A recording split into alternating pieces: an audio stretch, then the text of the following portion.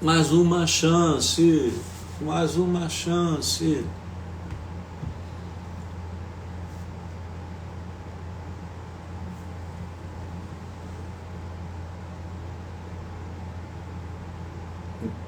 Foi, Thaís. As pessoas estão entrando. Flávio, inteligência. Autoajuda entrou. Vai lá, Maria Carolina. Não, nasce na. Você vai arrumar um jeito de me complicar a vida, né? Já estou preocupado com o tema. Foi. Ah! Ah, Vem cá, pronto. Carol. Quando eu cheguei a 10 mil seguidores, eu fiz uma série de agradecimentos, mas faltou me puxar a orelha, que a Carolina, ela me salva nessas horas, porque eu já entendi bem, eu faço os convites, faço Canva, faço o diabo a quatro, mas eu tenho um problema digital que é que meu dedo não consegue puxar as coisas. Você perdeu, que eu ia fazer a sua abertura, que era um sonho. Vou repetir. Pô, então Vê se, faz. vê se você sabe o que é isso.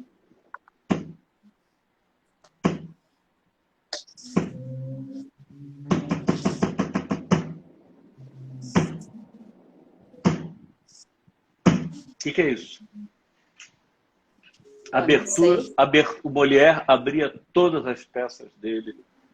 Enfim, 3 batidas curtas, 3 batidas longas, 3 curtas. Não tinha campainha, cara. Então a gente tem que fazer isso.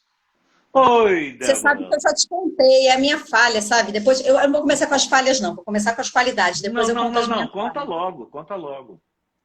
Eu sou, eu sou uma leitora enlouquecida, assim, eu tô me descrevendo nessa pandemia como uma leitora adicta, para não usar a palavra viciada.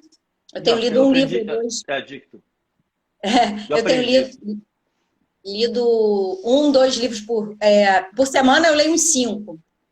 Então, eu leio muito, vejo muito filme, série vejo menos, não sou grande série, mas eu tenho uma falha com o teatro. Não que eu não admire, mas a minha emoção não dá conta no teatro. Eu Olha, passo vergonha no teatro. eu sou a parte. Meus pais me levavam muito cedo para teatro. Uhum. Numa fase gloriosa, eu já falei algumas lives aqui. Uma das primeiras peças que eu vi foi Galileu Galilei, montagem do Antunes, com Cláudio Corrêa Castro. Quando eu fui trabalhar na Globo, anos depois de entrar, encontrei o Cláudio Corrêa Castro, falei, Galileu, eu peguei eu sou apaixonado por teatro, mas teatro, que os artistas não nos ouçam, que é o seguinte, é céu ou inferno, ou é uma coisa maravilhosa, não tem meio termo. Que série eu vejo Uhum. filme B e tal, mas Sim, é. teatro, ou aquela coisa que você esquece que está vendo teatro, ou esquece. Mas o Não, Molière pois é. fazia isso. E aí eu, na Não, mas, verdade, já mas você não passei gosta você não vergonhas gosta de ler incríveis. teatro? Ler? Leio, mas não é o meu preferido, não. Agora, o teatro acontece isso. Lembra de uma peça que chamava Algemas do Ódio? Foi um sucesso, era o Miguel Falabella fazendo. Uhum, uhum, E era uhum, sobre uma novela, porque eu sempre fui viciada em novela. uhum. E aí era sobre uma gravação de uma novela. Assim, eu passava vergonha das pessoas chegarem ao meu lado e falar assim: você tá achando tão engraçado assim? E a novela era muito boa, a peça era muito boa. Mas ou então de chorar, né?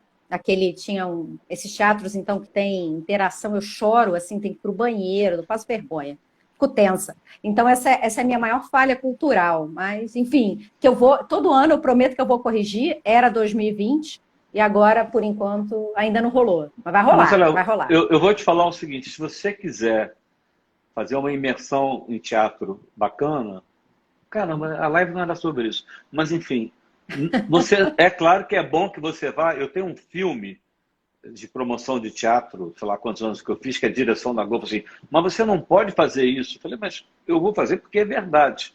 Era um vídeo com a Fernanda Montenegro e ele acabava. Teatro, a emoção mais perto de você. Você fica ao alcance de um perdigoto, de uma cusparada e tal. Mas esquece a O montagem teatro. cênica. Um dos romances mais incríveis que existe, uma das histórias mais maravilhosas que tem, e eu já tive a pretensão de fazer uma adaptação moderna, é Édipo. Édipo é uma É, história inacreditável. Vou tentar. Ai, caramba, é com você, mas vou tentar falar. Você imagina que tem lá uma família que tem um filho, aí eles vão, o Tiresias, que é um vidente cego, isso já é maravilhoso. E aí fala, quando ele crescer, vai matar o pai. Olha só, vou ter que te Aí, interromper. Já falei que eu sou noveleira, cara. Quem não viu, Jocasta. Quem era Jocasta? é Vera isso, Fischer. é isso, Tamaturgo maravilhoso. Ferreira. E Rapaz, você sabe aquele que foi um grande momento. e o que eu falo com a galera que eles ficam muito putos é o seguinte: é uma história em torno de um acidente de trânsito. Por isso que eu queria fazer. Porque quando o Édipo vai votar, ele se encontra com a biga, sei lá que diabo, a carroça do pai, e tem uma briga de trânsito e ele mata o pai sem saber que era o pai. Enfim, vamos fazer a live? Não, vamos fazer. Acho que agora engrenou essa. Você sabe que o Instagram é difícil pra caramba na conexão aqui, mas a gente vai. Eu estava falando isso antes, que eu falo em toda a live, que a gente vive um Brasil tão estranho que quando o liberalismo apostou na privatização, que todos nós, boa parte nós comemorando, imaginando, vai, Uhum. acesso de todo mundo e tal, mas você tem cartéis, né? Uns 4 grupos controlam telecomunicação, 4 grupos É. controlam telefonia. E isso aconteceu comigo essa semana, que eu fiquei perdendo internet direto. A legislação permite que os caras entreguem menos 20% do que você paga.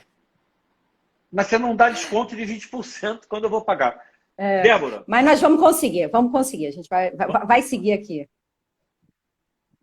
eu sempre começo com esse pedágio. Infância, família, como é que foi sua formação? Aí você foi para o jornalismo, formação acadêmica. Vixe. Como Rapaz, eu olha, provoquei, como eu provoquei que você antes, o falo da fala, que é uma grande ele falou, atribuição feminina. ele falou que hoje eu vou ter a voz aqui, que não vai ter mansplaining, não vai ter nada disso, que eu vou poder falar o que eu quiser. Estou adorando essa brincadeira aqui de falar o que eu quiser. Mas então, Manda bala. o que aconteceu? Eu nasci em São Paulo, apesar desse sotaque, né? Hoje em dia moro em São Paulo de novo, ninguém acredita. Nasci em São Paulo, estudava aqui. E muito novinha eu falei assim, eu vou ser escritora. E são em que eu dizia, você é escritora e tal. Com 7 anos. Com 8 eu falei que ia ser jornalista, meti na cabeça. E eu sempre fui muito estudiosa, muito estudiosa, muito estudiosa. Saí de São Paulo, fui morar no interior. Saí de um colégio todo cabeça, pode escrever, teatro. Fui estudar num colégio de freira. Enfim, morar numa cidade pequena. E ali, assim, ali era muito interessante, porque eu vinha uma família de São Paulo, a maioria das famílias já morava lá desde sempre, nananã. Minha mãe era uma mãe de um segundo casamento, eu fui criada pelo meu padrasto. E aí, quando a gente chega a São Paulo, aí quando a gente chega nessa cidade, eu gostava de frequentar o clube. Eu falo que eu comecei a ser feminista, me entender feminista ali, né?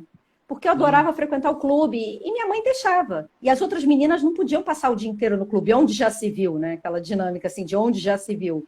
E tinha um monte de onde já se viu. Quase ninguém, eu não me lembro de ninguém ter pais separados, como era o meu caso. E eu frequentava o clube. E eu tenho 1,56 m, eu comecei a brincar de jogar basquete.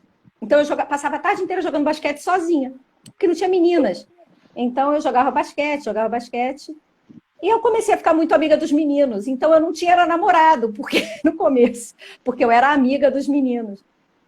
E isso foi muito interessante em todo o processo, né? Assim, hoje eu olhando para trás, olho como eu estava ali desafiando isso que a gente chama de os padrões estabelecidos de gênero, né? Que esperava para a mulher que não ia frequentar. Mas assim, é porque isso foi muito estruturante da minha vida. Aí fui morar em Teresópolis fui fazer vestibular, estudei no Rio, fiz a faculdade Jornalismo. lá, Jornalismo. estudei jornalismo e tinha no meu fichário tinha um negócio assim: a imprensa é um soldado de 27. Não, a imprensa é um exército de 27 soldados de chumbo com o qual se pode transformar o mundo. Eu tinha certeza que eu ia transformar o mundo e que o jornalismo era a minha missão.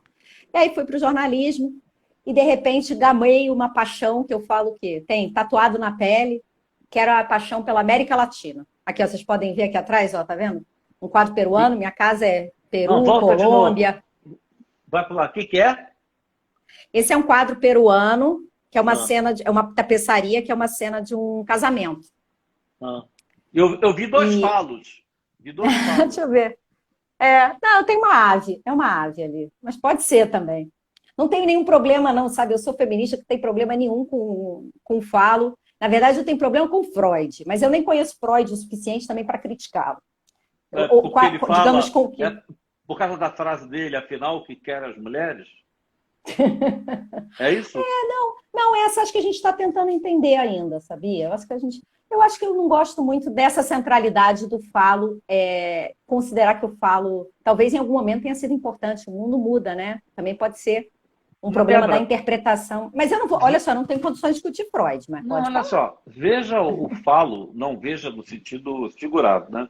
É, como uma coisa simbólica. E tem que sempre lembrar que o Freud tratou da mulher do século XIX. É isso, Era uma é isso. outra mulher que achava que tudo com elas era histeria, né? Mas segue aí a tua trajetória.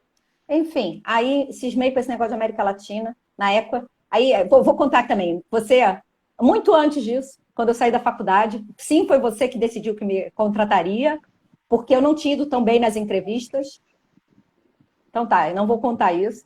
Não, não, eu tenho olha só, é raro pessoas que eu contratei que eu tenho me decepcionado, mas eu juro que eu não me lembrava que eu fui responsável. Você tinha É, 21 anos? 21 anos? eu tinha 21 anos, na verdade, eu tinha 20 ali, eu tinha acabado de fazer 21 por ali, porque foi quando eu estava acabando a faculdade, todo mundo queria fazer televisão, mas eu queria fazer jornal.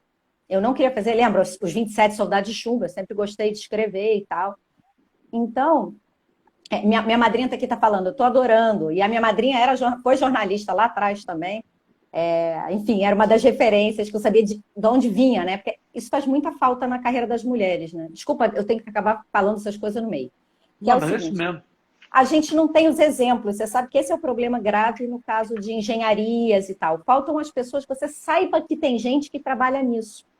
Você precisa saber que aquela profissão existe e ter alguma referência. Bem, e aí minha família queria que eu fosse economista. O sonho da minha mãe era que eu fosse economista, porque queria que eu estudasse economia.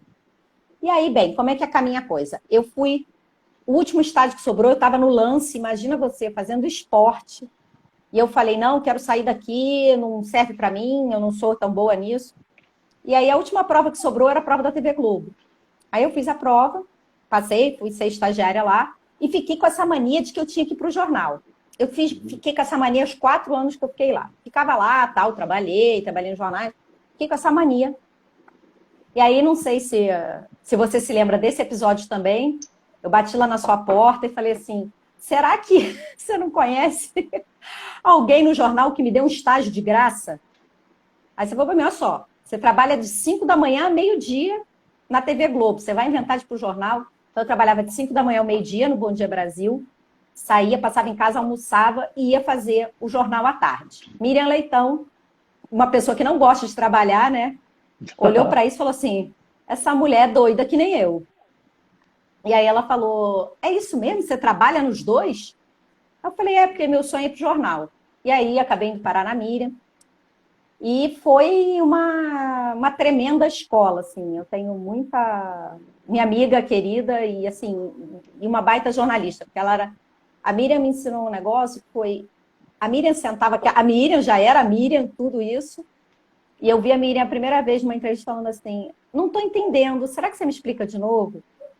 Eu achei isso fabuloso, porque eu falei assim, olha, é alguém que não tem a arrogância do conhecimento, que eu acho que é uma coisa que a gente precisa ter sempre, tá disposto a aprender mais. Bem, e aí tivemos um tempo ótimo, eu e Miriam, e acabou que eu fui fazer o mestrado, fui morar fora, morei fora em 2 ocasiões, Não, fui não. fazer o mestrado. Mestrado, já foi para ciência política? Já fui para ciência política, eu estudei Bolsa Família. Hum. E aí, o que aconteceu? Bem, vou chegar no feminismo já já. Não, mas eu vou abrir um parênteses. Eu nem ia Pode tratar abrir. disso. Não, parece o seguinte: você sabe que eu cuidava na Globo, entre outras coisas, de projetos sociais. E sempre eu tive um discurso, embora, lembrando do Betinho, quem tem fome tem pressa, que é aquela coisa de dar a vara de pescar e E não dar o pescar. peixe, mas tem gente morrendo de fome. Eu achei que o Bolsa Família, que já é, você me corrija, uma distorção do projeto Cristóvão Buarque, do Bolsa Escola, que tinha uma porta de saída. Acho que o Bolsa Família, eu como leigo, achava que era uma coisa anabolizante. A tua tese defende a Bolsa Família, né? Defende, defende. E eu acho assim, Por quê? Por quê? vou explicar, vou chegar lá. Eu acho assim, a gente criou algumas questões no Brasil quanto ao programa, mas você sabe que o programa é muito bem avaliado mundialmente, inclusive por pessoas que a gente chamaria no Brasil de mais liberais, né? O programa é muito bem visto. Ele é um programa que tem uma geração de renda local muito forte. O que eu costumava falar é o seguinte, o Bolsa Família é a reforma tributária que ninguém consegue fazer. Você sabe que não se consegue fazer reforma tributária no Brasil, porque quando você tira daqui, o outro fala, não, mas eu quero o meu, e por aí vai. E aí o Bolsa Família foi uma reforma... Por que eu falava de reforma tributária? No sentido da distribuição. Não é uma reforma tributária, é claro. Mas ele distribuía dinheiro. Porque o Brasil, a gente não tem só desigualdade na cidade de São Paulo ou na cidade do Rio. A gente tem entre a região sudeste e outras regiões que têm muito menos dinheiro e acesso ao dinheiro. E quanto mais dinheiro, né? Também tem isso. Quanto mais dinheiro, mais dinheiro. O rio corre para o mar. Você começou a circular dinheiro nesses lugares. Do ponto de vista da mulher, o que aconteceu? Ele é um dinheiro que é pago. Ele não é cesta básica. Qual é o problema da cesta básica? Você come cuscuz no café da manhã? Não. Só que fulano come. Então vai fazer o cuscuz. E quanto tempo demora o milho? E como é que faz para chegar o produto que o amazonense vai comer, o cara do sul? É muito complicado. Então, assim, do ponto de vista de uma política social, o Bolsa Família também teve esse avanço. Ele era o dinheiro. Por fim, tem a coisa da mulher, que é o quê? O dinheiro vai para a mulher. Então, isso significou para muitas famílias que mulheres podiam sair de casamentos abusivos. A gente tem que lembrar o que é violência doméstica no país. É um problema muito grave. Os homens bebem, os homens batem nas mulheres, em situação de precariedade pior, como a gente viu agora no caso da pandemia. Então, assim, de fato, ele tem menos portas de saída do que se imaginava no começo, né? Ele é uma... Mas ele significou, junto com outros avanços, que eu vejo como avanços, né? Junto com outras medidas, como mais vagas nas universidades e tal, isso significou um avanço em termos da gente tentar mudar um pouquinho a nossa realidade de desigualdade e aí de renda, né? Então, assim, a gente também podia ficar aqui o dia inteiro falando de Bolsa Família, que eu acho que é um tema fantástico, mas, assim, uma coisa eu acho que é muito importante a gente frisar. Ele, internacionalmente, eu passei um tempo em Colômbia, e as pessoas falam muito bem do Bolsa Família. Eu quero dizer assim, no sentido de observadores internacionais, né? Então, tem uma percepção positiva dessa distribuição de renda. Ela não é uma redistribuição, mas é da distribuição de renda que foi feita. Então, era um tema que me apaixonava, eu queria muito estudar o México, esse programa, o Bolsa Família, tem em todos os países praticamente. Acho que poucos países não tiveram programas análogos na América Latina, e eu queria estudar a comparação com outros países. E aí, nisso, eu já tinha ido morar em Michigan, tinha voltado para o Brasil, já tinha feito um monte de coisa. Enfim, aí estava tendo filho no meio, né? Fui tendo filho, como diziam meus amigos do mestrado e doutorado. Entrei no mestrado grávida, saí do mestrado grávida de outro, tive filho. Tudo aconteceu, porque mulher tem isso. A gente vai fazendo a carreira, vai tendo uns filhos, a gente vai fazendo opções, né? Tem filho no começo, tem filho no meio, tem filho no fim, Já descobrimos que cada uma acaba fazendo opção e todas elas têm igualmente impacto na carreira. Quando a mulher tem filho, a renda dela demora 10 anos, em média, para voltar, sabia disso? Não, você está brincando. Estou te falando. 10 anos. Ela tem esse dado tem um dado para a Dinamarca e vários outros países que mostra isso. Desculpe, é no mundo todo? Vou explicar. No mundo todo. É assim, ó. Tá a mulher lá, a renda da mulher. E a renda do homem. Esse gráfico mostra isso. Aí tem o primeiro filho. A mulher tem uma queda nas horas trabalhadas, que ela vai retornando quando vai chegando mais perto do 10º ano. O homem tem uma queda relativa, uma quedinha pequenininha, mas que depois volta. Quando você olha a renda, a dos homens permanece nos 10 anos subsequentes, as das mulheres tomam um tombo, que não volta. Ela vai voltar lá na frente. Ela perde muito mais em renda do que em horas trabalhadas. Porque ela tem que ir para empregos em que ela não vai se dedicar tanto, em que ela... E, como eu brinco, esse gráfico, esse dado que eu estou te dando é da Dinamarca. Eu já vi Alemanha é horrível, Estados Unidos é horrível, Dinamarca é um dos Alemanha? países... É Alemanha? horrível, é horrível. Depois eu te mando todos aí, se você quiser, você joga na tua página para contar, mas é uma queda brutal. Esses gráficos saíram até um tempo na Economist, peguei de lá, eu conhecia já o estudo. Então, assim, você tem uma mudança muito grande no que acontece com a maternidade. De alguma maneira isso aconteceu comigo, fui fazer freela, fui trabalhar numa editora, que foi o maior barato, a gente fez vários livros de biografia, livros de sucesso, fizemos o livro do trio, o livro Sonho Grande. Eu trabalhava na produção, era eu e meu chefe, digamos assim, então a gente fazia de tudo um pouco, imaginava os livros, pensava os livros, desenhava, foi muito bacana. E aí começou o feminismo de novo ali, ó. Isso que eu ia perguntar.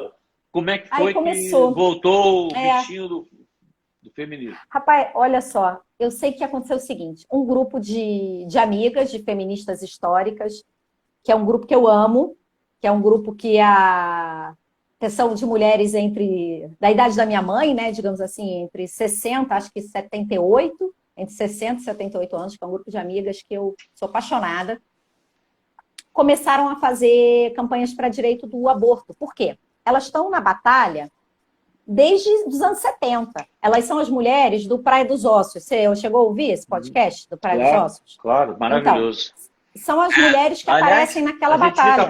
Vamos falar sobre avanços. Tem poucas semanas que caiu o princípio do legítima defesa da honra. Defesa da honra, exatamente. Exatamente. Tem um mês. Agora, está sentado. Não, tá no STF, tem que ter não sei quantas votações, mas tá lá, tá no caminho, tá super bem encaminhado. Esse é uma excelente notícia. E eu acho, a gente vai conversando disso, mas eu acho que a gente tem muito avanço. Eu costumo falar, eu acho que tá todo mundo vamos falar isso mais para frente. Vai na sua trajetória. Mas então, chego aqui na trajetória. Você vê que a minha trajetória o feminismo tá lá, né? Já tá pensado. E aí, essas minhas amigas me chamaram, sabiam que eu tinha trabalhado com jornalismo. Você não quer ajudar a gente? Vamos fazer um processo de... Vamos pensar aqui como a gente vai fazer um trabalho de advocacy em Brasília para pressionar o STF. Por quê? Aí tem que voltar à política. No Brasil, os avanços em termos mais modernos, vamos chamar assim, ultimamente têm acontecido onde? No STF. Você não consegue negociar no plenário, na Câmara, porque a gente tem um Congresso muito conservador. Então, estrategicamente, muitas pautas que estão avançando estão indo diretamente para o Supremo. Então, esse tem sido mais ou menos o processo. E aí, a gente tinha uma entrada, tereré. Fato é que organizamos a viagem, cada uma pagou sua passagem, uma confusão danada. Foi um barato. Fomos para Brasília, todo mundo de mala e cuia, encontramos, na época, o presidente era o Lewandowski, encontramos o Lewandowski, fizemos reunião com todos os ministros, Carmen, Lúcia, Rosa Weber, todo mundo. Conversamos, e era, como a gente não tinha...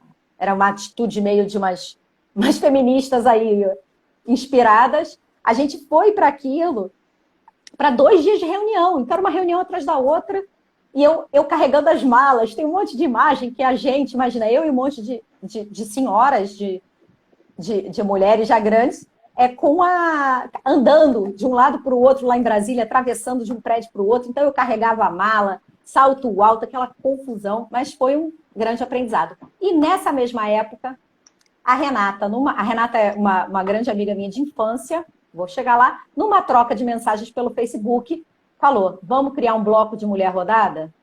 E aí apareceu o bloco de carnaval, o primeiro bloco de carnaval feminista. Eu ia deixar para o final da entrevista. Eu acho esse bloco o máximo, nônimo. Agora vai ter que explicar. Eu consigo retomar. Eu acho... nem todas vocês do bloco são rodadas, ou todas são. Por que chegaram a esse nome? A história começou da seguinte forma. A Renata recebeu uma postagem dessa, que era assim, não mereço mulher rodada. E aí, com esse negócio de não mereço mulher rodada, ela falou assim, vamos fazer um bloco. A gente passava, eu e Renata, a gente continua até hoje assim. A gente troca mensagem o dia inteiro com grandes ideias. Renata Rodrigues, fala. Homem que é pegador é o máximo. Mulher que é rodada é galinha, né? Exatamente. Não, total. Então, a gente criou essa história. Ela falou, vamos criar essa bloco. Aí eu falei, vamos fazer o seguinte, a gente vai... Eu morava ali pertinho do Largo do Maitá. Eu falei, a gente bota umas saias e fica rodando, batendo lata. Vamos bater lata, a gente roda, bota umas saias e faz isso daí. E aí, tudo bem. Abrimos um evento no Facebook. Tinha um monte de baiana, a foto do evento era um monte de baiana. 24 horas, 1000 confirmações. Começamos a receber mensagens de tudo quanto é lado. E aí? Vai ter? Esse negócio é sério? Aí ela me ligou e falou, Débora, danou-se, vai ter que fazer esse bloco.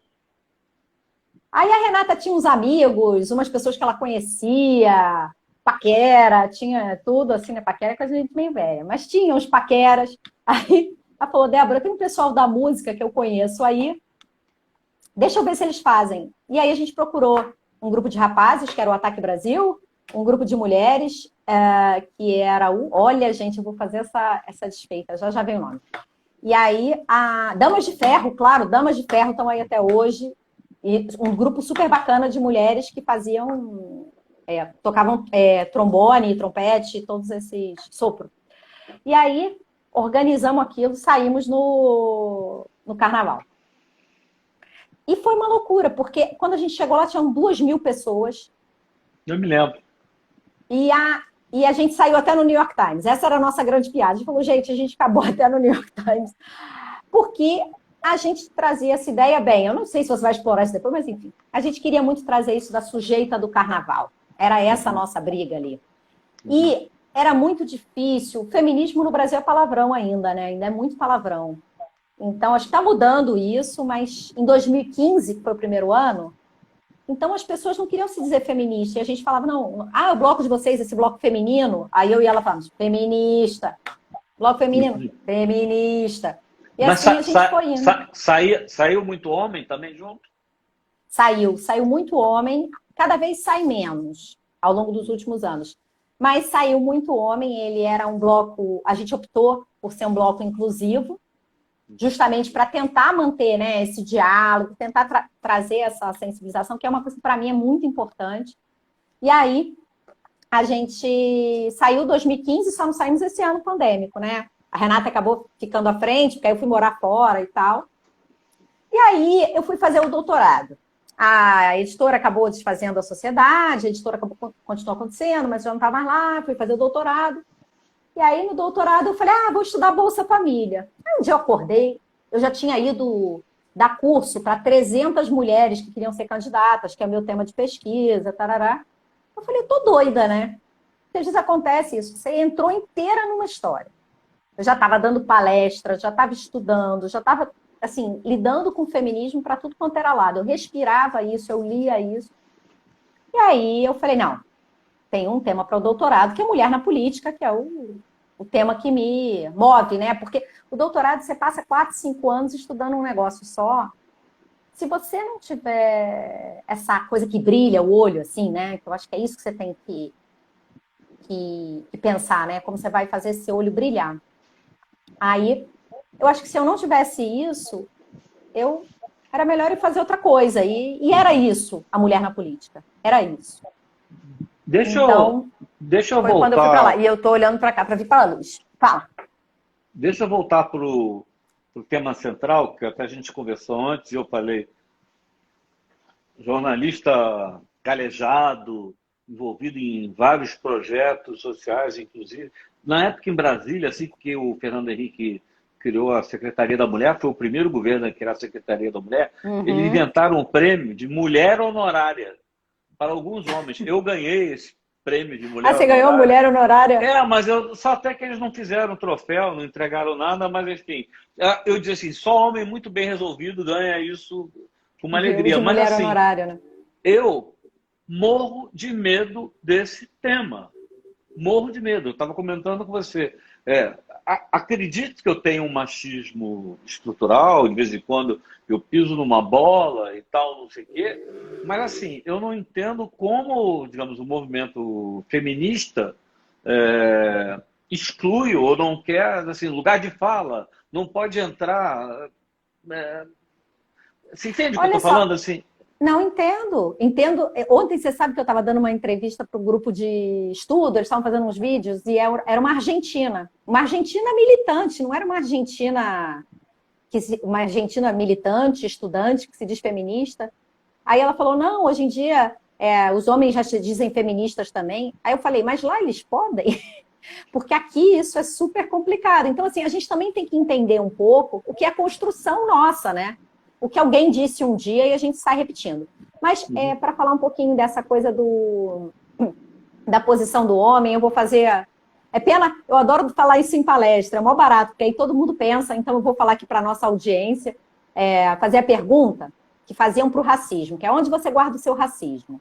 E a minha pergunta preferida é onde você guarda o seu machismo. E eu vou confessar o meu, que eu sempre confesso, que eu já estou vendo o dia que eu vou receber uma ligação sobre isso.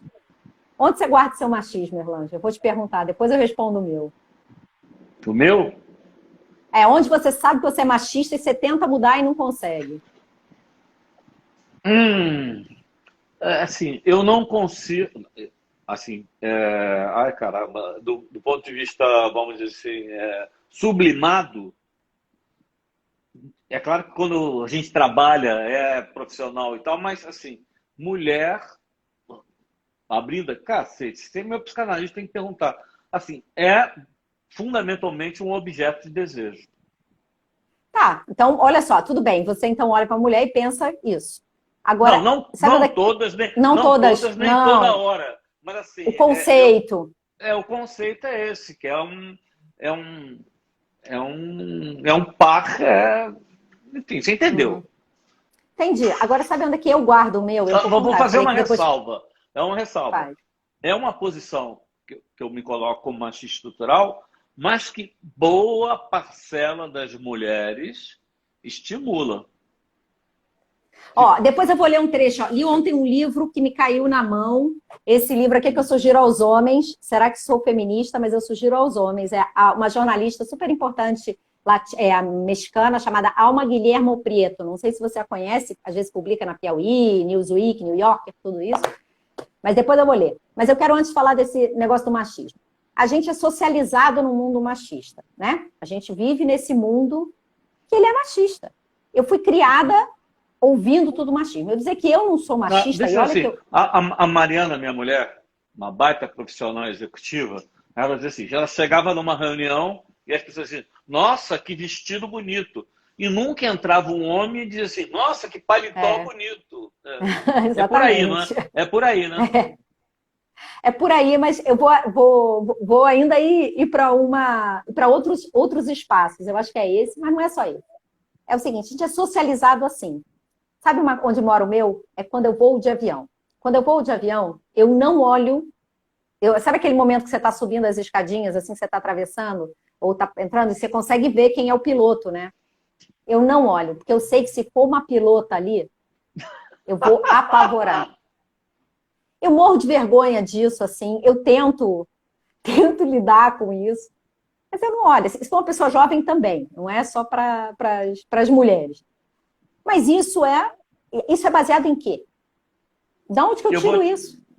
Eu vou dizer de onde você tira isso.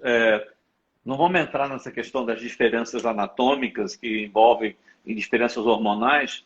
No país pretensamente da igualdade, as forças aéreas americanas não aceitam mulheres como piloto de caça. Eu não sei se você sabia disso. Não aceitavam. Mudou. Não aceitavam. Eles botam aqueles caças de 6 bilhões de dólares.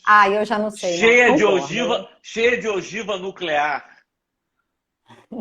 Na mão de uma mulher que tá puta com o marido, que acha que a outra mulher tá dando em cima, e tá com TPM e ela vai passar por cima da cara. Eu nem acredito. Deixa eu te falar uma coisa. Ó. Sabe, aí é onde você... Pronto, já contou onde você esconde seu machismo, pode pro próximo, rapaz. Isso tudo aí, já pode pro próximo assunto, você já contou, já tá, entendeu? A gente tem isso tudo introjetado. Quem disse? Eu, na verdade, tenho brigado com a classificação de mulher. Eu tenho brigado com essa classificação, eu não tenho TPM, eu não sei o que é TPM. Tem gente que tem, e tem gente que não tem. Então, por que eu tô dizendo isso? Porque você vai ter homem que também é estressado pra caramba. Claro. Entendeu? Já vi homem fazer maluquice dessa. Então a gente ainda carrega tudo isso. Então, por que eu olho para a pilota e penso duas vezes? Porque eu penso assim, ela não vai ser... Isso tudo aí que você falou, com todas as letras, é o que eu penso inconscientemente. Olha só, não é visão minha, não. Eu estou repetindo uma postura das Forças Aéreas dos Estados Unidos, onde pode se eleger. Nós já elegemos mulher, mas Enfim. assim, é o país da igualdade. Não, Assim, não elegeu mulher, não. Não elegeu mulher, não. Hillary apanhou quem apanhou. Elegeu. Aqui elegeu. Ela vai assumir, ela vai assumir. Que assim seja. Que assim seja, mas a gente acha que teve... E a Hillary apanhou e as feministas lá fazem milhões de pesquisas mostrando quanto disso teve de... Enfim, para não entrar aqui nas confusões mais domésticas, teve do machismo. Então, não, eu acho você que perguntou onde estava o meu machismo. Eu falei o meu, de tradicionalmente olhar como objeto de desejo e, vamos dizer, histórico, quando decide que as Forças Armadas não vão botar a mulher para pilotar a caça com ogiva nuclear, achando que ela pode estar num mau dia e estourar... Ah, sim. Se é essa racionale, é uma racionale realmente toda calcada. Você já reparou uma coisa? Como eu te falei, eu estou viciada em livro, né? Você já reparou como é que mulher ficava louca antigamente? Tudo quanto é mulher ficava louca, né? Sabe o que eu acho? Sinceramente, olhando assim a posteriori, que era assim, a mulher um dia se apaixonava pelo cara da esquina e avisava na família, olha só, gente, beleza, um beijinho, me apaixonei pelo padeiro, tô indo embora. Você acha que uma família antigamente ia olhar para uma mulher que se apaixonou pelo padeiro da esquina e ia falar o quê? Louca. Eu tenho certeza, porque as pessoas não... A gente tem muito pouco das histórias domésticas das mulheres contadas. Tem uma autora maravilhosa que se chama Michelle Perrault, que fala das histórias das mulheres e dos silêncios das mulheres. Você não consegue nem fazer pesquisa sobre a história das mulheres, porque elas mudam de nome. Você não sabe a família que ela casa e se muda de nome. Até bem pouco tempo, né? Mulher, ela legalmente, posse, e, enfim, do marido no sentido mesmo, ela não podia se mover. Quando eu fiz a pesquisa para o Brasileiras Incríveis, que é o livro infantil, eu comecei a perceber que as mulheres, essas que a gente classifica como incríveis, muitas delas não puderam ter filhos. Não puderam, não optaram, ou não tiveram, ou eram lésbicas e a gente não sabe. Porque elas não casavam e não tinham filhos. Isso é um outro problema, não vou nem citar jornalista, eu quero fazer uma live para o seguinte. Essa coisa que a sociedade inventou, que a mulher tem uma... Se ela não tiver filho, ela não está completa. Quem quiser ter filho tem, quem não quiser, não tem filho. Martinho, eu não acho que os Estados Unidos sejam o país da igualdade. Eu estou dizendo que eles se apresentam como o país da igualdade, a maior democracia do norte. Mas vamos pegar, assim, voltando para o feminismo, vamos dizer, de raiz, uma coisa que eu acho que te diferencia, eu queria que você explicasse, a história da vitimização. Veja bem, essa é uma história super difícil, mas eu vou tentar sem ferir suscetibilidades em geral. Eu acho que quando você... Tem muitas formas de ver a vida, né? Você viu quando eu contei aqui minha história? Vou te contar duas histórias. Meu pai me abandonou e meu outro pai morreu num acidente de avião. Meu pai e meu padrasto. Meu pai me abandonou e meu padrasto que me criou morreu num acidente de avião. Foi isso que eu falei da minha história? Não. Eu tenho um problema com trauma, assim, com essa coisa da sobrevalorização do trauma, porque eu acho que isso, a gente tem que saber lidar com isso muito bem, porque isso é muito paralisante. Então, eu posso te dar aqui 900 dados e eu posso te dar milhões de referências mostrando a quantidade de pontos de desigualdade de mulheres. Assim, só que eu podia chamar isso de vitimização. E para ter uma vítima, o que precisamos ter? Um algoz. E eu prefiro a ideia de que a gente está todo dia construindo essa sociedade, né, construindo esse mundo, homens e mulheres, reforçando essas estruturas de poder.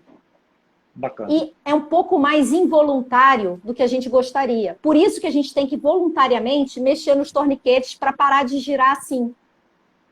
Entendeu? Por isso que eu acho que é muito bom quando uma empresa fala assim, quando uma novela fala, nunca tivemos uma protagonista negra num país como o Brasil, temos que votar. Ah, mas isso é cota, isso é isso. Não, isso é a gente perceber que a sociedade não está funcionando bem e que a gente vai, com o nosso voluntarismo, mudar esse processo. Então, eu não gosto da ideia, eu não gosto de algumas ideias que muitas feministas têm mais afinidade. Por exemplo, todo homem é um potencial estuprador. Não, eu tenho filho, meu filho não é um potencial estuprador. Tem uma pesquisa maravilhosa, feita também na Universidade de Colômbia, porque nas universidades americanas tem muito problema de... Eles não sabem se é estupro, se é, enfim, um sexo abusivo. Vou chamar assim. Nos campos, né? Nos campos. Só que enfim, tem 1000 prêmios. A universidade é muito cara, é uma parte muito importante da sociedade, da cultura. Então, Colômbia gastou um dinheiro enorme para entender o que estava acontecendo. Porque ela falou assim, não é possível que todas as meninas são uns anjos e todos os meninos são uns monstros. Uhum. E aí, o que eles perceberam? Assim, em linhas muito gerais, tem essa matéria na New Yorker, é uma matéria maravilhosa sobre esse assunto. As meninas e os meninos saíam das suas cidades, lá no interior da Conchinchina, chegavam em Nova York, sem saber de nada, e eram jogados um monte sozinhos dentro de uma universidade. E eles aprendiam sobre sexo nos filmes de sacanagem. E filme de sacanagem hoje em dia é um negócio, assim, você entra na Deep Web e você vai embora, né? Então, era mais mostrar como isso era uma estrutura que ia mostrando para o menino que ele tinha que ser violento, a menina também não entendia se era aquilo que ela tinha que fazer, e como tudo isso ia fazendo um movimento que era muito violento com eles, no fim das contas.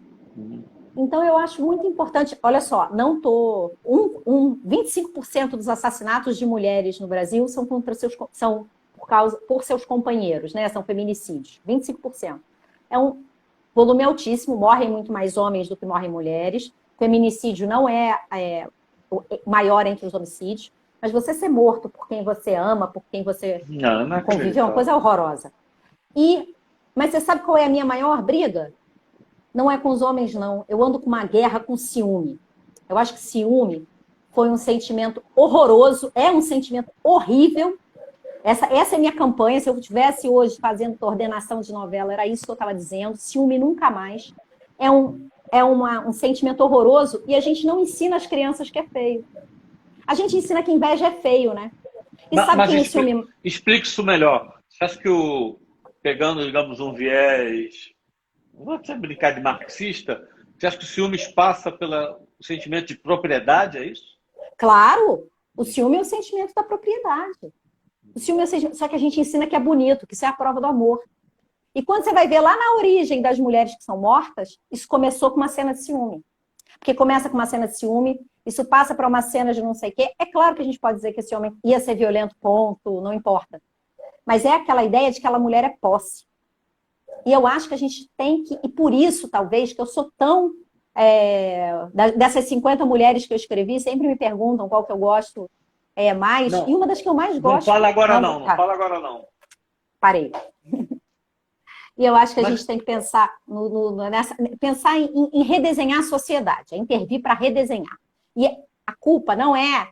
Aliás, enfim, culpa, nem gosto também dessa palavra, né? Mas, enfim, a responsabilidade não é do Erlanger, não é aquele que eu nunca sei falar o nome, do Erlanger, do José, do João, ou dos caras que estiveram envolvidos no Me Too, tá? No meu entendimento. Não é que eles não devam ser punidos por isso. Sobretudo quando você troca a favor por... É muito complicado. Mas você botar nele e botar na ideia de doença, quando você coloca... Ele rapidamente fala, não, eu sou doente. Você coloca numa pessoa, você tira uma pessoa, aparecem 800. Não é que você não tem que tirar essa pessoa, que você tem que mudar os processos. Você tem que mudar a estrutura, você tem que mudar a sociedade, você tem que mudar a forma como ela pensa sobre suas narrativas. Posso falar só mais uma coisa do meu fala aí que você me deu? O que você quiser. A gente fez um show no Mulheres Rodadas, porque a Mulheres Rodadas virou bloco, começamos a fazer vários movimentos, e aí eu tinha uma amiga que era presidente do Instituto de Segurança Pública do Rio, diretora, acho que é diretora o cargo, era quem mandava lá. E ela falou, a gente vai lançar o dossiê Mulher, o Rio de Janeiro tem um dossiê sobre violência contra a mulher, é o único estado do Brasil, um baita documento. A gente vai lançar o dossiê Mulher e eu quero fazer uma coisa diferente. Será que o Rodadas não quer fazer alguma coisa? E a gente fez um show, foi dirigido pela Ludmila Rosa, que é uma atriz, que também todo mundo vai fazendo isso meio voluntariamente. Marcel Vieira tocou violão, e nós do Rodadas cantávamos só com músicas violentas, músicas de mulher apanhando. E a gente fez esse show só com as músicas de mulher apanhando. Uma atrás da outra. Uma atrás da outra. E aí, ó, é coleção. Rapaz, assim, quando você olha para os anos 40, mas tem uma outra também, né? Que é Faixa Amarela do Zeca Pagodinho. Que é aquela... O nosso, vamos dizer, um outro patamar, Caetano, diz que um tapinha não dói, né? Assim, o tapinha, a faixa amarela, ele vai dar um soco e deixar a banguela. E aí a gente cantava isso, a gente cantava e lia em tom de muita cerimônia, a gente mudava a chave da música.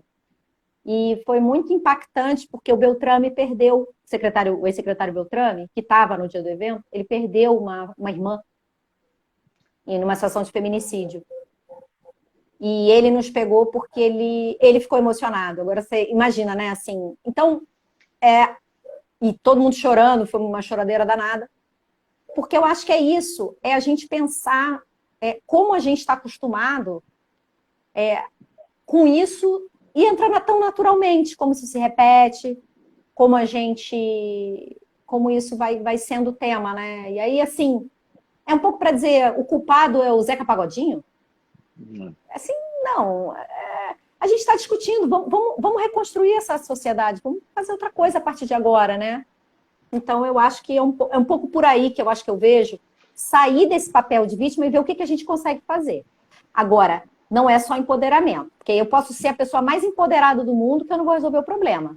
Eu brinco que a gente tem que fazer 4 passos, quando dou palestra, falo sempre desses passos e tal, mas basicamente a ideia é de você tem que sair para ação, né? Sair para ação numa proposta transformadora. Tentar ver como você vai mudar. E cansa, né? Porque é todo dia.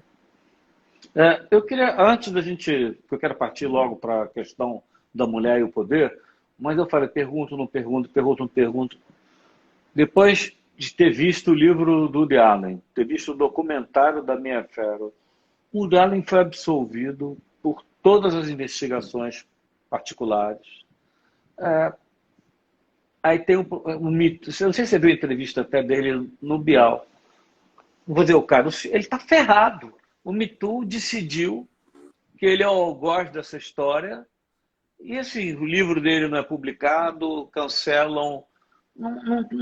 Assim, aquela coisa clássica da justiça, que o ônus da prova cabe a quem acusa. Esse cara tá, que eu acho um gênio do cinema, não tá passando do ponto, às vezes, isso? Não, eu sou zero cancelamento. Eu sou cancelada por não cancelar. Eu tenho uma postura... Eu vou só falar rapidinho e volto ao Woody Allen. Eu não estou me referindo, obviamente, ao produtor de Hollywood, que é um predador, confesso. Não, olha só, sim, a gente está falando de outras coisas, mas eu não gosto da ideia do cancelamento. Não é que, eventualmente, você não possa pensar que as pessoas vão perder seus trabalhos. Eu acho que é o mínimo. Perder seu trabalho no sentido assim, perder o trabalho. Agora, eu não gosto da cultura do cancelamento. Eu, por exemplo, tenho uma ética comigo que eu não falo mal de mulher na política. Então, às vezes, eu respiro de novo e não falo. Assim, é uma forma de entender. Eu não gosto da ideia do cancelamento.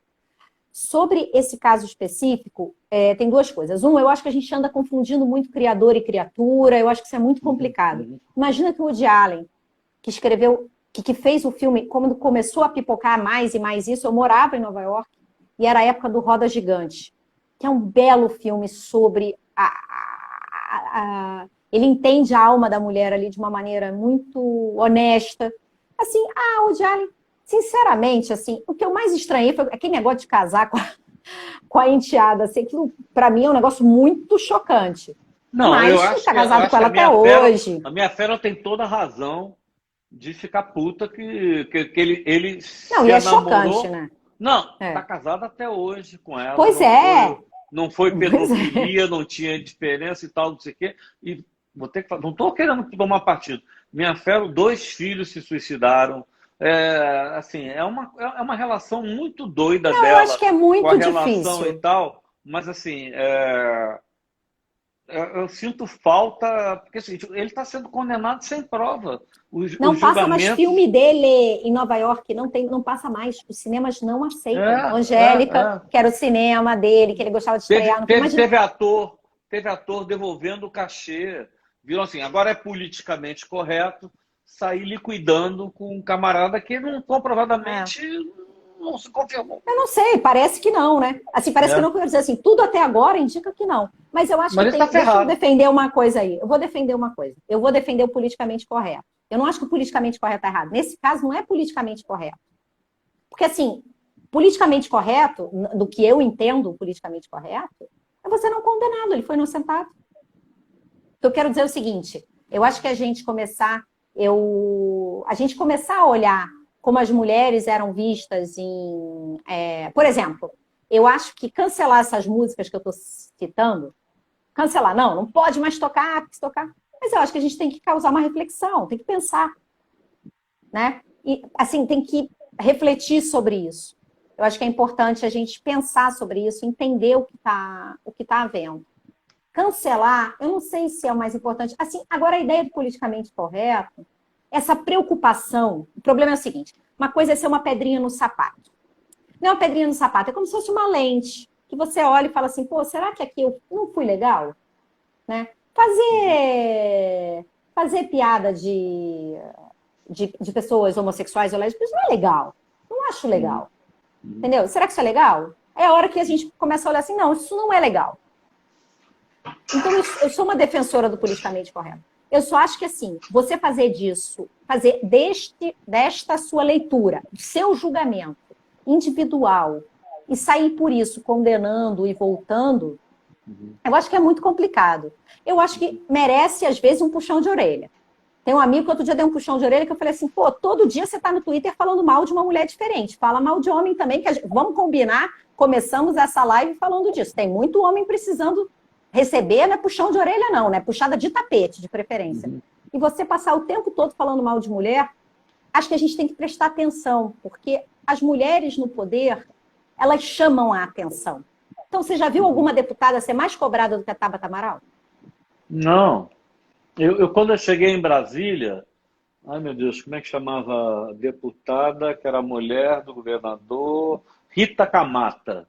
Rita Camargo. Nossa, a Rita Camata era tratada como se fosse, ela muito bonita, assim, Muito bonita, né? nossa, era uma coisa extremamente machista. Mas já que você tocou aí na questão do poder, eu começaria perguntando um pouquinho diferente. Em relação aos últimos 10 anos, só para usar como marco, a situação da mulher melhorou, especialmente nessa área de poder, mercado de trabalho, e o que falta alcançar? Olha, vou te Do contar. teu livro, né? Mulher Melhorou. e Poder. Exatamente. Meu livro, Mulheres e Poder. Eu escrevi com a professora Idete, que foi minha orientadora também, mas eu queria dizer o que eu acho que falta. Não, primeiro Eu acho que a fala, gente avançou. avançou, né? Avançou. Não, olha só. Teve mudanças radicais. Eu posso mudar o marco de 10 anos, você me permite? Tá bom. Imagina Então vamos falar. se eu vou mudar o que você está falando. Eu quero dizer que a grande É uma das mudança lives começa. é a live que eu estou com mais medo. Não fica com medo, não fica. Olha só, não, vou falar, que eu falo sempre, eu preciso dos homens na luta, eu quero vocês do meu ladinho aqui, ó. Do meu ladinho, Mas ó. qual é o outro barco que você queria puxar? Anos 70.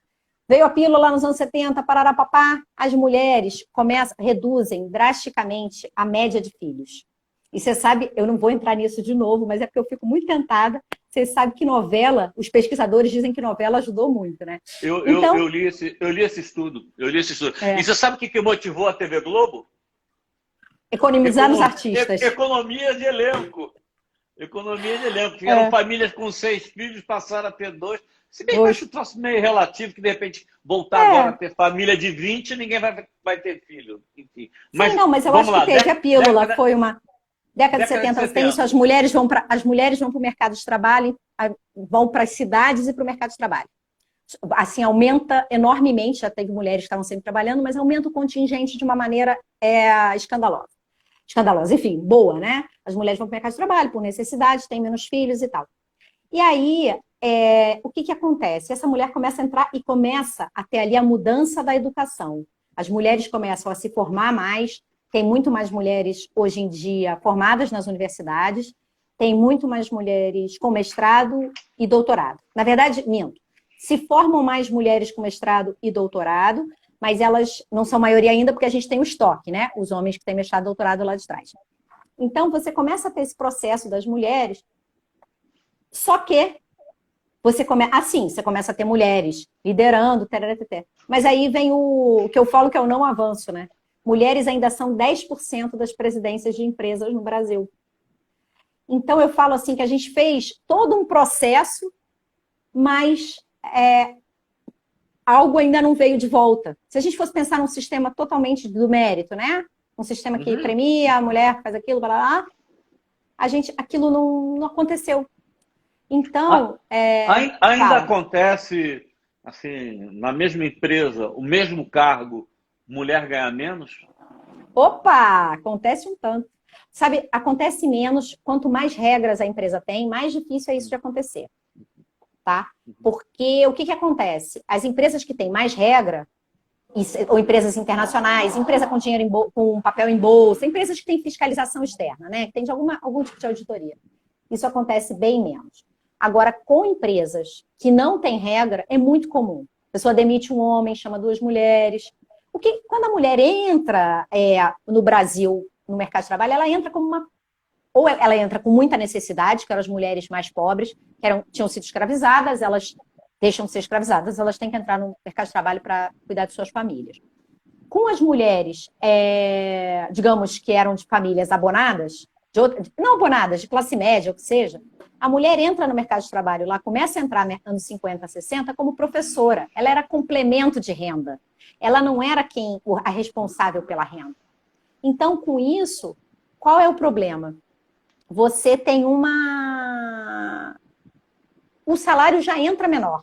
E aí, quando você olha as taxas de salário, é muito interessante. Porque, assim, profissão com mais mulher, salário médio menor. Profissão com mais homem, salário médio maior.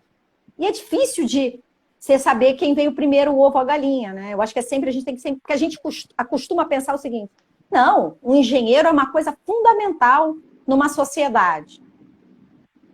Eu concordo que é fundamental, mas engenheiro deve ganhar mais que professora?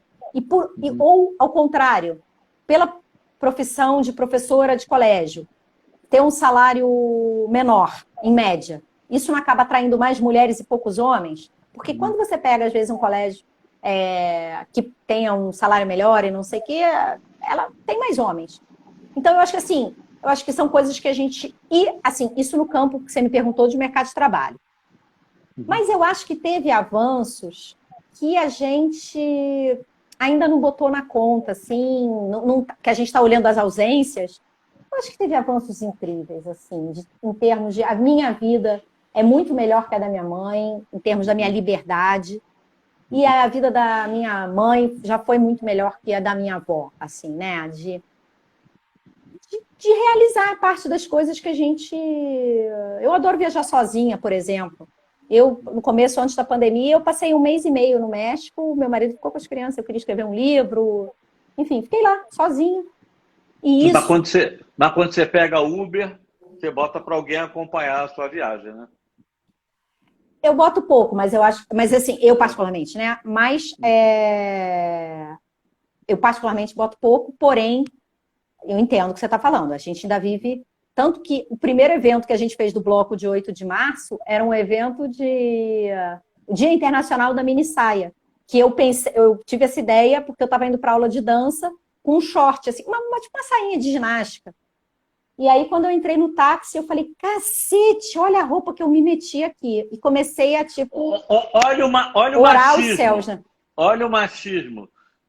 Eu comecei a orar os céus, assim. Eu estava resistindo, que entre 3 e 4 lives que eu faço, eu cito o livro da Ana Paula Araújo, que você já deve ter lido, que, assim, o assédio, o abuso, é o único crime em que a vítima se sente culpada, né? Não, tem isso. Você faz Até porque tudo leva em torno disso. Qual é o problema? Você... Qual é o problema de você estar de short no táxi? Não, o problema era o risco que eu estava correndo, né? O problema era o risco que eu estava correndo. Quando eu olhei para isso, eu falei assim, cara, se esse cara resolve fazer alguma coisa comigo... Não, mas sem querer assim, você estava subjetivamente imaginando que o fato de você estar de short justificaria o assédio do motorista, né? Sim, sim, eu concordo, mas eu acho que tem uma coisa que a gente tem que pensar também. Outro dia eu estava dando uma aula e uma das pessoas falou, não, porque eu acho que é muito importante a gente encorajar as meninas, por exemplo, por que a gente encoraja os meninos rapidamente a ir na padaria comprar um pão e não encoraja as meninas? Porque a gente tem que encorajar. Eu falei, olha só, o mundo é o que é. Então não adianta encorajar minha filha para fazer a mesma coisa que meu filho, Para se para subir ferrar no na esquina. trepa-trepa, sim. Para ir no balanço, sim. Entendeu? Para fazer um esporte de aventura, sim.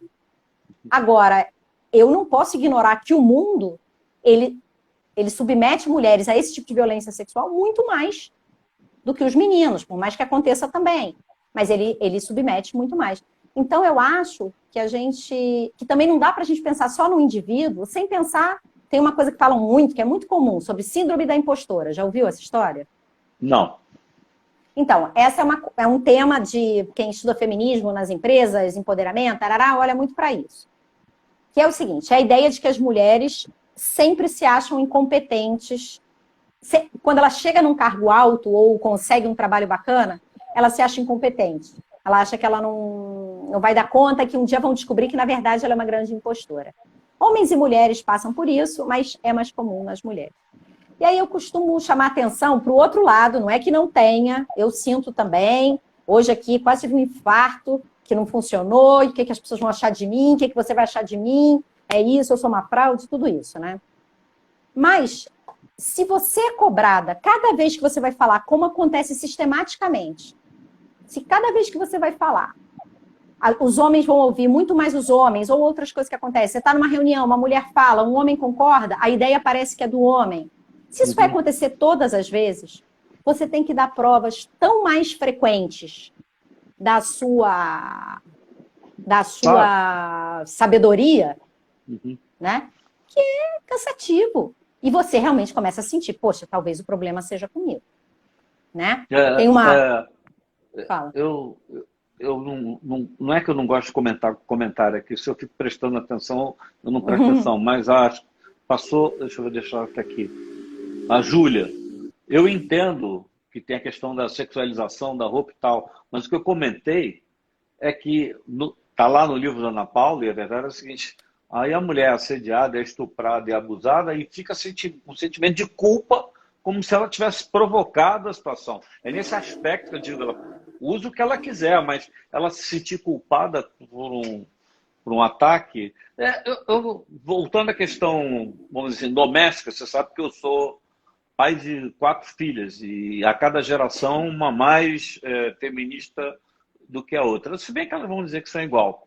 Ontem eu tive falei que ia fazer Vou ver se eu mostro aqui, ia fazer uma entrevista com no você. Corpo aqui, ó. A tatuagem você quer mostrar? É uma tatuagem de... Não sei se está dando para ver daí. Deu? Não, agora não. Sobe mais. Sobe. Ops. Aí, tá bom. O que é isso? É o símbolo é o símbolo do feminismo com uma flor em volta, porque, na verdade, eu queria falar muito dessa beleza. Eu acho que a beleza... A luta tem que ser bela, né? A luta tem que ser bela. Essa é a minha defesa. Mas segue. Eu falei, como jornalista especialista em generalidade, quer dizer assim, não, do ponto de vista de não ter mulheres em liderança de empresa é uma estupidez. Aí eu falei, pelo que eu sei, a mulher é responsável por 51% do PIB. É por aí? Não. Possível. Pô, não, porque assim... Adoraria. Não, mas o que eu ouvia era o seguinte...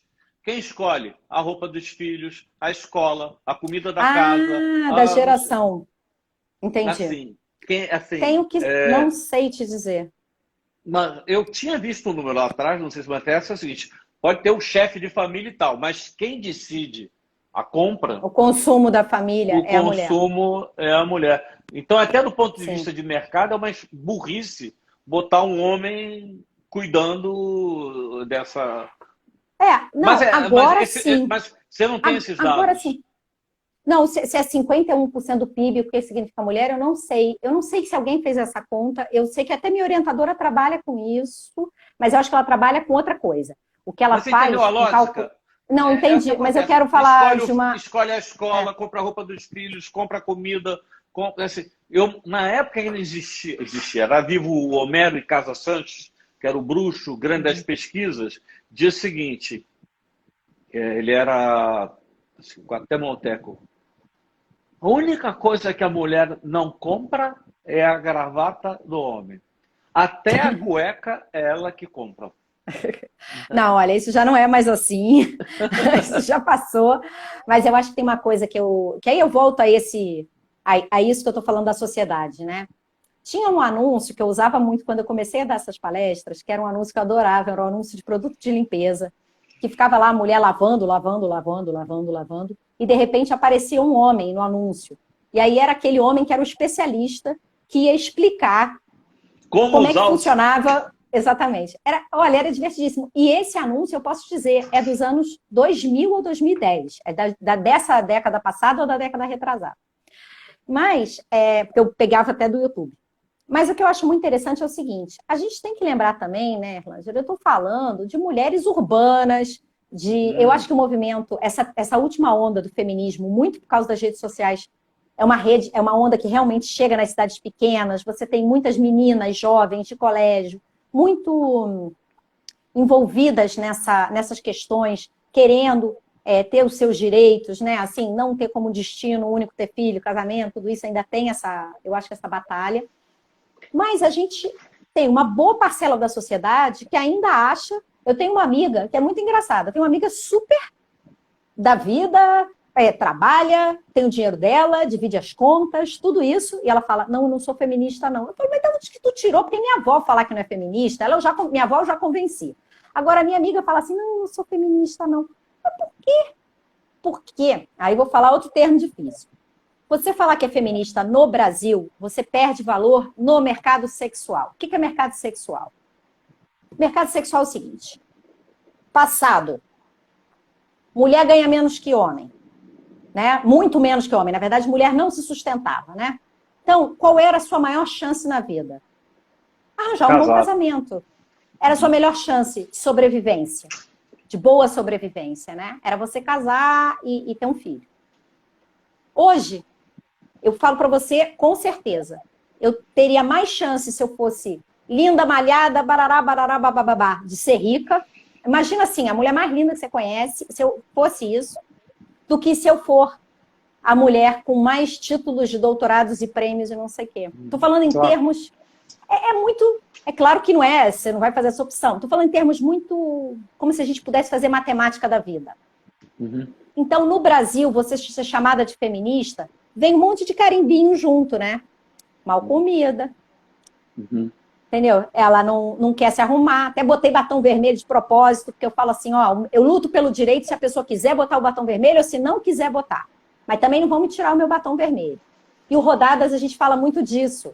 Você vai no desfile do Rodadas, tá todo mundo assim, com as fantasias mais lindas, purpurina, e tá com quem não quer, tá com a blusa do bloco e tá tudo bem.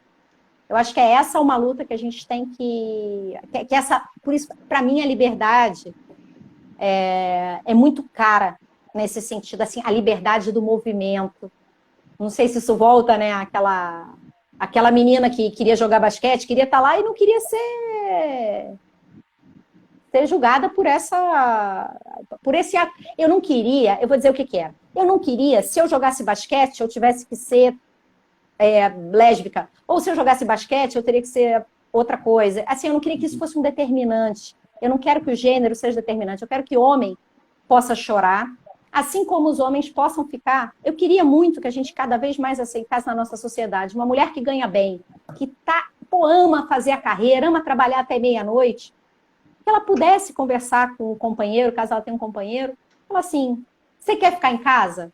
Você quer fazer um trabalho de meio período? Você quer fazer isso e você ganha, eu vou ganhar aqui a maior parte dos dinheiros, ganhamentos, e você vai ajudar a cuidar das crianças?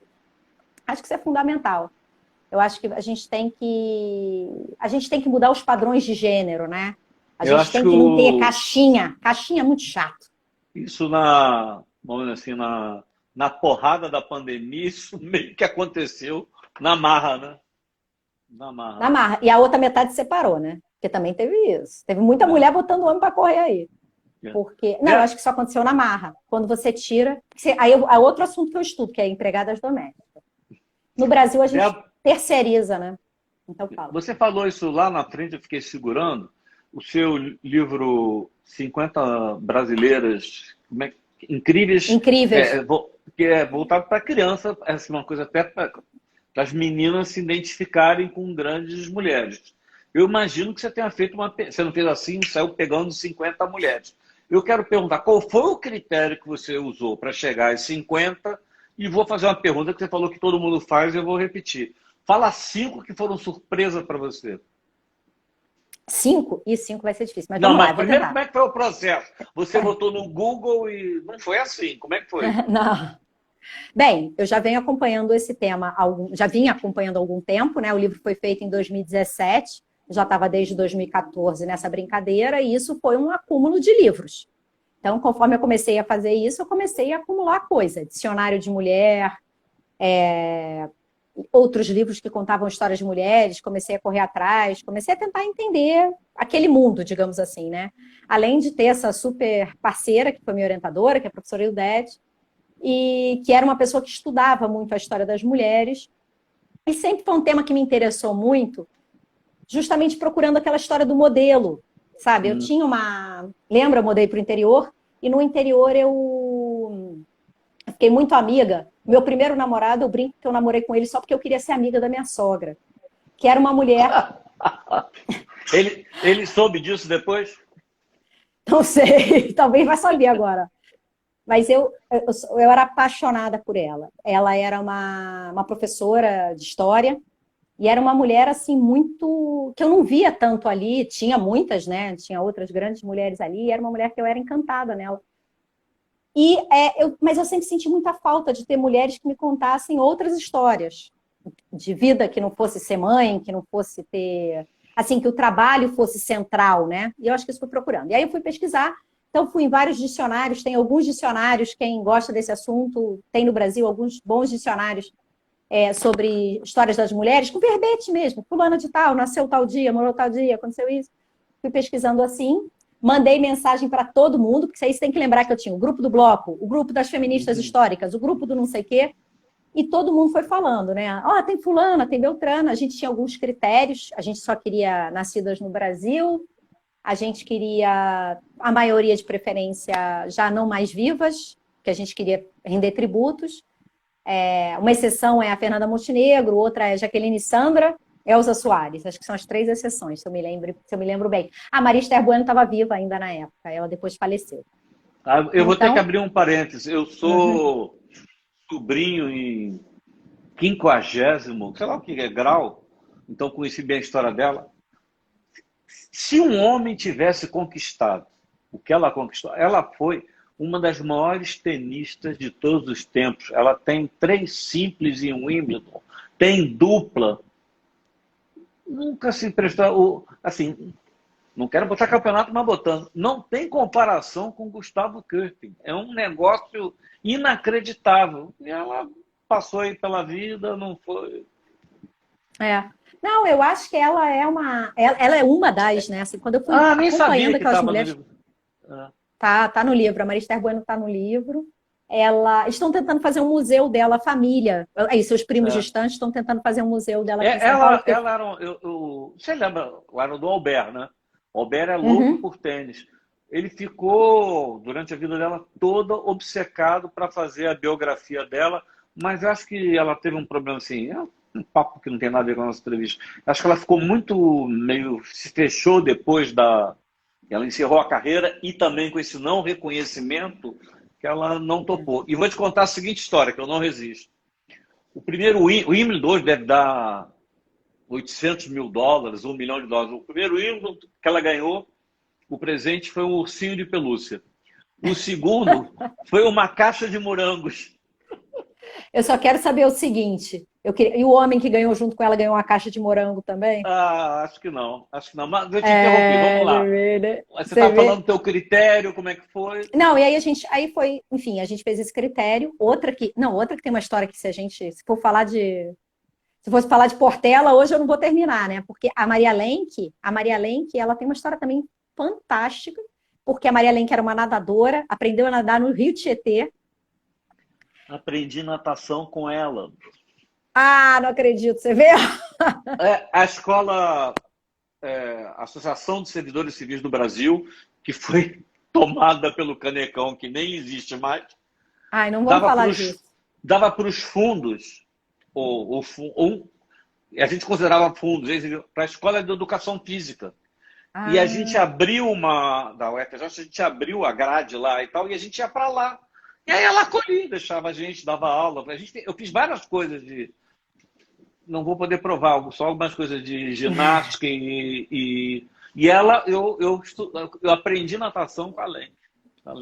Mas eu estou interrompendo. Enfim, não, olha só, Ranger, pelo amor de Deus, tá bom, eu te ouço também, a gente fica conhecendo as histórias, você está contando histórias de mulher aí que eu não sei.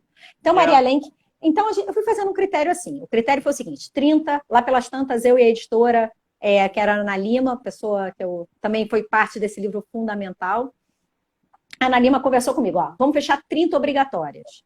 E aí aquelas 30 que tinha que ter. A primeira disso, a primeira daquilo, tararatá.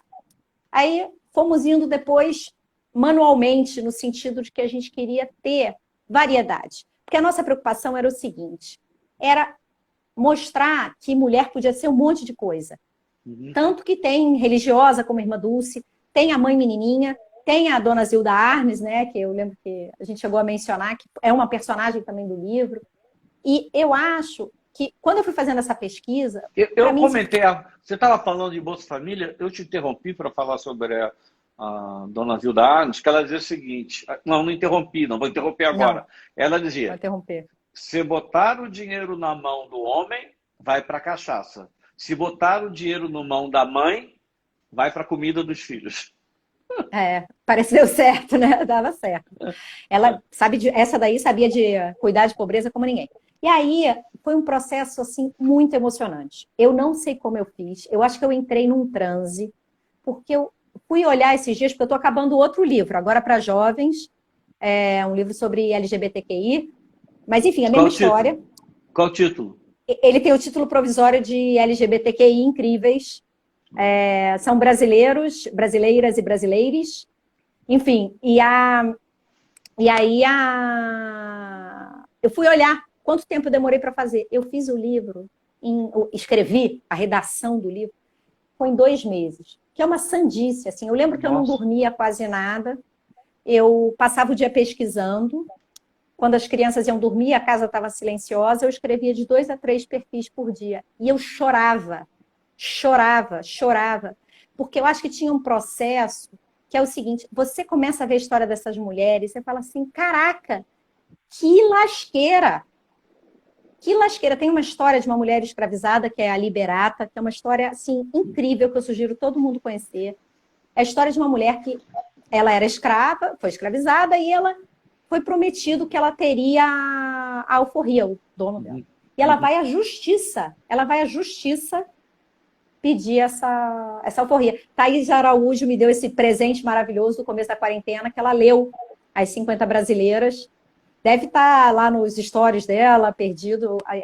E a Thaís Araújo, eu chorava. Cada vez que a Thaís Araújo me mandava uma leitura, eu chorava, porque foi muito emocionante. Foi um processo muito bacana. E, eu estou devendo as 5. Vou falar, quem...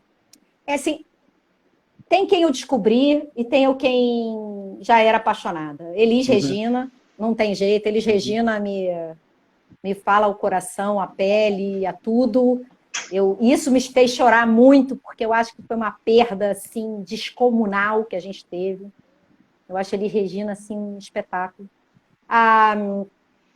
Eu gostei muito de conhecer mais a história da Berta Lutz, que é a nossa feminista, como eu brinquei, a mãe do feminismo. Era uma mulher que participava nos anos 20 de reuniões internacionais, ela era uma líder muito importante nos anos 30. Berta Lutz foi muito bacana.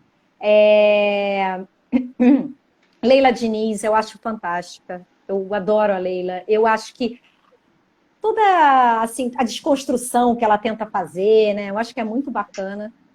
E vou Toda citar mulher, outra que é toda Pagu. mulher. Como é que é? Essa frase é maravilhosa de quem Toda é essa mulher é aí? meio Leia Que- Diniz. de Toda quem é? Da mulher é meio... A Rita Lee que canta, agora eu não Ritalina, sei. Ritalina, Ritalina. Ela canta, agora eu não sei de quem é a letra. Eu sou ruim de saber quem é a letra.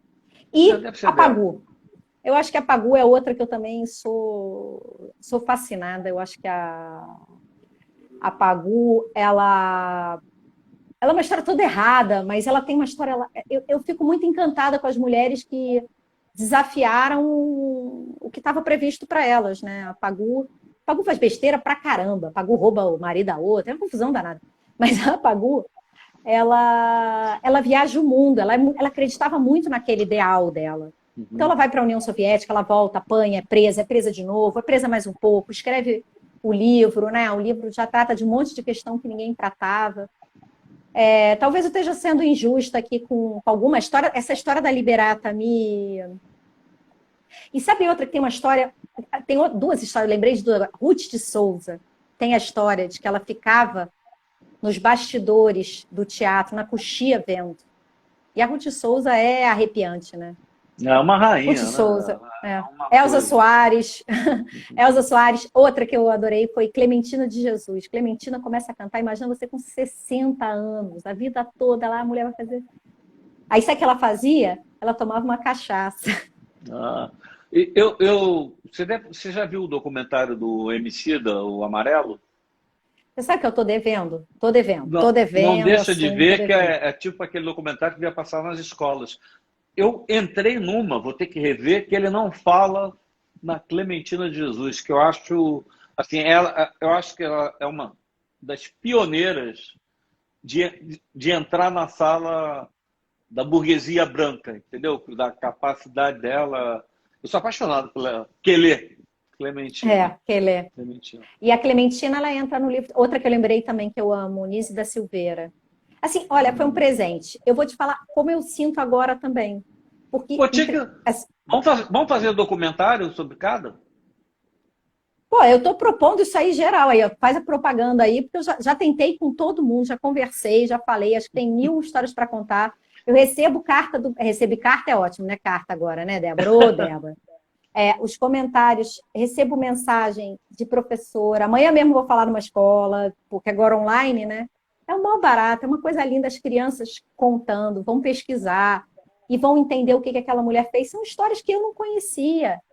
E assim, e eu acho que quando você faz a pesquisa do livro, é uma revelação de novos mundos. E é isso que eu estou experimentando agora com esse de LGBTQ, que é você ir abrindo a porta e falar assim, olha, fulano é assim, a Laerte é assim. Quando você olha para Pablo Vittar, é outra coisa. Quando você olha para Linda Quebrada, é outra coisa. Ou quando você vai olhar o Cazuza, a história do Cazuza. Sandra de Sá. Assim, olha, eu vou te falar, é um presente. Escrever biografia, cada texto que eu escrevo, eu falo assim, eu queria que essa pessoa virasse, queria tomar um chopp. Vamos lá embaixo tomar um chopp, porque é realmente é realmente muito incrível, muito apaixonante você passear na vida das pessoas e ver. Eu acho que todo mundo tem uma beleza, sabe? Eu acho que eu sou uma pessoa meio esquisita disso. Assim, eu acho que você consegue achar beleza na vida de todo mundo. Bem, tem Mas pessoas acho que que. estão dificultando, mas em muita gente tem. Não, acho que você tem razão. Eu estou com uma ideia, mas a gente vai falar Vai depois. falar depois. Débora, a despedida. O que você arrumou aí pra gente? Ixi, olha só, você sabe que eu arrumei algumas coisas, mas você me falou que tem que ser rapidinho. Eu vou ler uma coisa aqui que é a epígrafe da minha tese. E eu Tá. gosto muito, eu acho que a gente tem que. Uma das minhas lutas é que a gente faça da academia mais carnavalesca, do carnaval mais acadêmico. Não é ficar carnaval chato, não, mas eu quero dizer o seguinte: a gente tem que fazer do mundo menos compartimentado, porque tudo é O, aprendizado e acabei aprendendo muito com esse processo, né? Fala. quando eu fui explicar para o Cláudio Manuel que o Globo estava com um projeto chamado Globo Universidade, aí eu falei, ele falou, o que é isso? Não, nós queremos nos aproximar do mundo acadêmico. Aí ele falou assim, opa, ou é mundo ou é acadêmico.